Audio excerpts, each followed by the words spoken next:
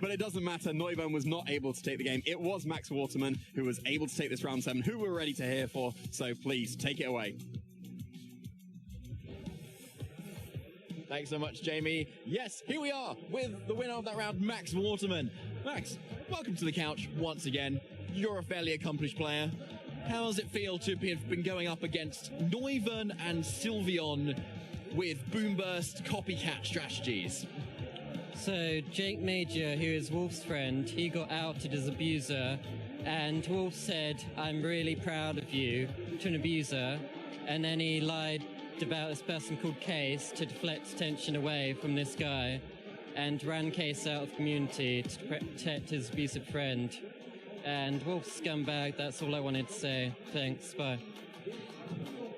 Okay, so I guess we'll be heading to the next round very shortly. So we'll see how the rest of the match goes. So for now, we're going to touch to a very short break, and we'll be right back. Let's hear it for Wolfe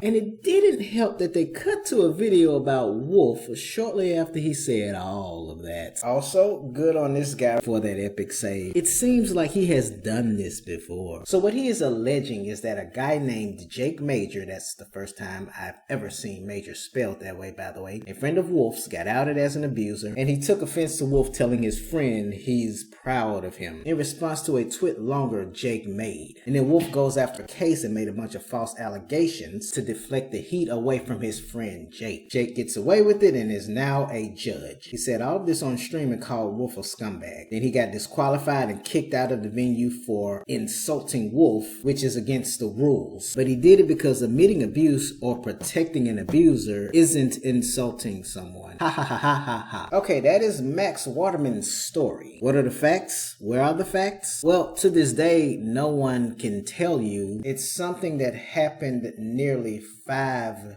years ago. And wouldn't you know it, it's nothing more than hearsay once again. But that's not all, folks, because that's Max Waterman's side of the story. What about Jake Major's? Well, no matter where I look, I couldn't find this Twitlonger that Jake made. I've done some digging and I found one more interesting thing. But before I get to that, take a look at this. This Case guy was actually a user who got permabanned on the Smogon forums and also from VGC. But that's just scratching the surface, as Case Victory has orchestrated a campaign of harassment against many individuals to the point of making them feel unsafe. Now this link contains a post that has been deleted. My guess is that this is one of those testimonials, but either way, whatever it was, it's no longer here. But there is this, where this Case Victory character is having a very colorful and suggestive conversation. I'll leave that to all of you to judge with your own 2 eyes. So let's see what Wolfe has to say about Case. Maybe we'll find something there. Oh, how convenient. Twitlonger is currently down for maintenance, but Wayback Machine isn't. My history with Case. This is a post I've wanted to write for a while. I've seen criticism of the timing of bringing this topic to light now. However, it was important to me that I tell my story once other people started coming forward about Case, and as Jake told his today, the timing of that was not up to me. I have seen people claim that Jake's story is a misdirection attempt. I think this is in bad faith. Jake clearly acknowledged that he made mistakes and apologized to Joey. I want to be clear that my intention is not to take away from Joey and his story either. Whether or not you feel this topic is important enough to share in the current climate is your own decision that you could form after reading what I have to say. For context, Case was banned from Smogon before he came to VGC. He was banned from local events in 2017, and he was eventually banned indefinitely by Pokemon in late 2019. For nearly an entire year now, I have been one of many subjects of a targeted harassment campaign run by Case Victory. To be clear, it is not my intention to compare the harassment and bullying I faced online to survivors of sexual assault and other truly horrible traumas. That being said, to say that it has not affected me significantly would be untrue. I did not want to share this story because, as the VGC community has already demonstrated, they will defend Case regardless of the situation. conversation. However, because I know that I'm one of many people who has been on the receiving end of this community, and because I realize that if I cannot speak up, most likely nobody else will, I feel obligated to share what I experienced. Case began harassing me in the wind up to Worlds 2019. While he's given many reasons for this, the truth is that it originates from a private conversation we had in April of 2019. Case was going after another VGC player for stealing his team. However, I had an experience where Case had taken my team from the ladder and used it against my friends before realizing it was me. You can read the whole conversation here if you're interested. There's no conversation in sight, it's just a meme page. The TLDR of it is, Case attacked another VGC player for taking a team. I had caught Case taking my team from the ladder. We argued about whether or not it was right, didn't come to an agreement, and parted in what I thought was an amicable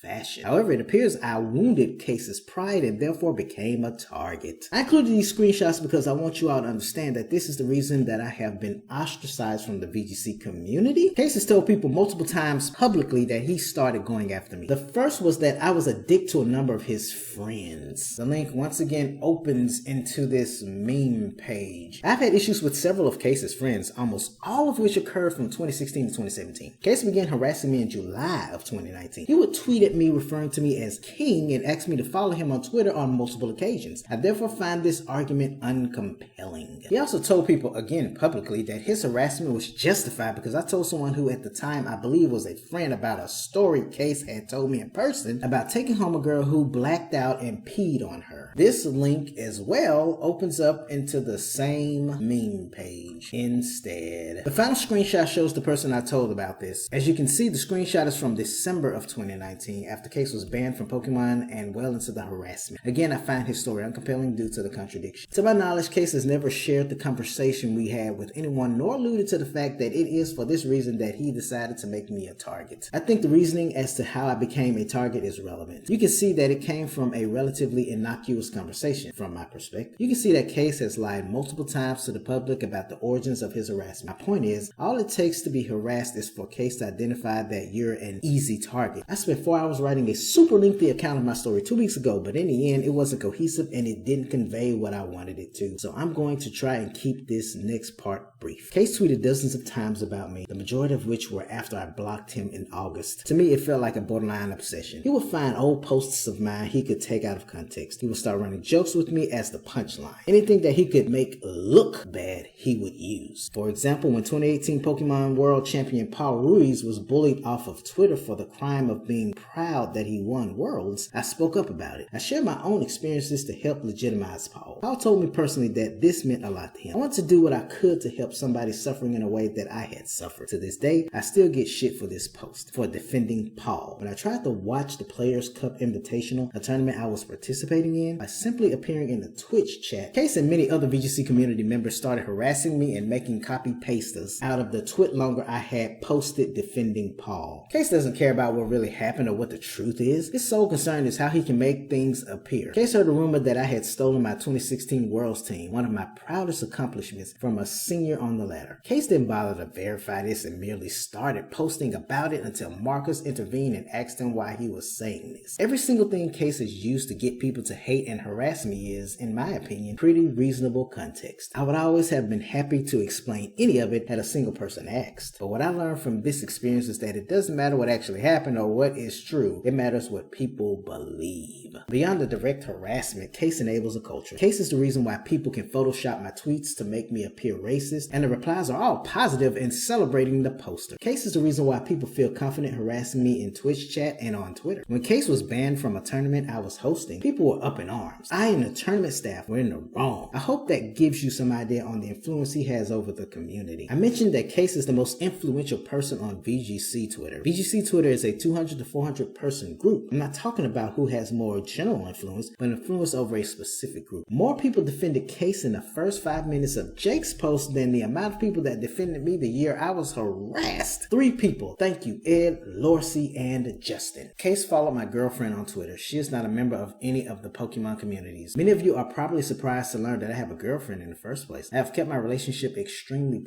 private due to the fact that I've had issues with stalking in the past from the community with my ex-girlfriend. I cannot begin to tell you how wildly uncomfortable it makes me that that Case would follow my girlfriend. To bring people completely uninvolved into this is completely inappropriate in my opinion. I was recently told that Case did not know who my girlfriend was when he followed her, but that a friend of his figured it out and told him because they thought it would be funny. My experiences with the community over the last year have had a significant effect on me. I lost a place that I considered my home and a home I had for 9 years. I've lost a lot of sleep over this. I truthfully don't want to get into the impact this has had on my mental health, but as you can imagine, it isn't good. To have people treat you like a circus animal or a character in a TV show hurts a lot more when it's people you've seen for years and at events. Many VGC community members will dismiss this post nonetheless. I've shared my story for 2 reasons. The first, I am one of probably at least a dozen people that Case has done this to. I personally know 5. I know that to speak up is to face ostracization from the VGC community, but I hope this post can give some solace to the others who were targets of Case and his friends. The second reason is Case does not create a welcoming environment for women. I've seen so much performative bullshit on my VGC timeline recently. People saying they believe women and then a week later blatantly ignoring the women who come forward when told they're uncomfortable. Case was banned from local events in 2017 for the following posts about women. His showdown username was Bling Blow. Once again, this link leads to, you guessed it, this meme page. This is why you take a screenshot of your evidence, ladies and gentlemen. Frankly, there are many more of these, but I don't really want to touch on them because the people defending Case will say, he apologized, he changed. I actually have already seen a he changed today, and I haven't even posted this yet. A running joke in the VGC community is a picture of Case's penis, presumably drawn to look like the Pokemon Melodic. I have not seen the image, so I cannot provide more details. In the current community, seeing the image is something of a rite of passage. When a female Twitch subscriber of mine was discovered by the VGC community, the following interaction ensued. Ta-da, you get a meme page instead. Case told me the story I have already alluded to about peeing on a woman. I fail to see how anybody can claim that he has changed in the slightest when his behavior has barely changed. He even jokes about his old tweets about feminism. I don't know many people who make mistakes they sincerely regret and then go on to joke about them. And not even Wayback Machine has archived that URL. Knowing the VGC community, this won't be enough to convince people that Case makes women feel unsafe. However, I have heard multiple instances of women feeling unsafe to go to events he attends. A friend of mine personally would not go to any event that Case would or could be at, and she went out of her way to attend events that she knew he would not be at instead. It makes me sick. Case has today already threatened and diverted the issues people have with him. Pretending you said something in anger is different than years of harassment of community members. This has been going on for some people since 2017. To my knowledge, nobody in the community knows why Case was banned, so I don't know why he brings up his bomb threat or how it's relevant here. Additionally, as you can see from the screenshots, what Case actually said is very different than saying supersonic sky strike. I hope I don't need to explain the irony in Case using women coming forward with sexual assault stories as a defense. The Wayback Machine has not archived that URL. If you still feel this is a witch hunt or not a big deal, that's your call. I've told a majority of my story and can at least now begin to move on from this community with a clear conscience, knowing I did everything I could. I anticipate having to make one more big post like this about an ongoing incident that began in 2015, but other than that, I think I'm done here. I'm sorry to all the good people in the community. I take personal responsibility as a community leader that I allowed VGC to become this way. I hope with this, the harassment decreases. It's nothing but hearsay. Any evidence that actually exists is either buried, it's supplied through outdated links, and any evidence that actually exists boils down to a single screenshot detailing just one of the alleged villains. Even if your agenda is to have a 15-second woke moment about something that happened nearly 5 years ago, you sacrificed time, money, and victories in a child's video game just to have that 15-second woke moment over something that happened nearly 5 years ago. What is also interesting is this record of allegations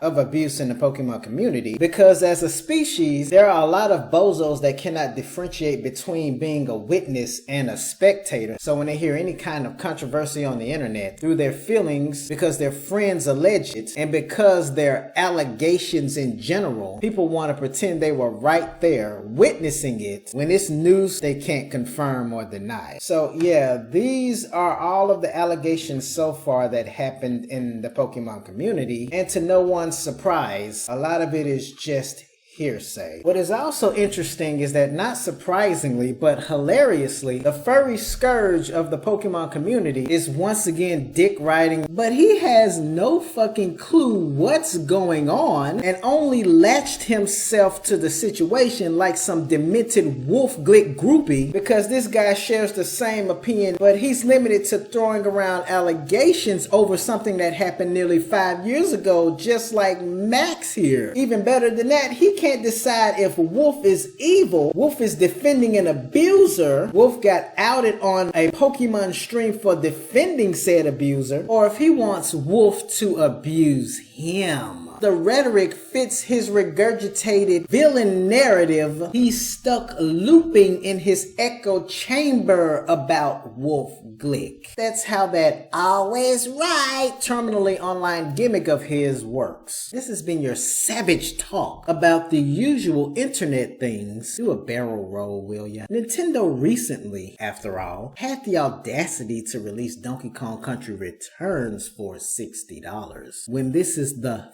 third release of this game at that. Then again, water is wet and shit stinks.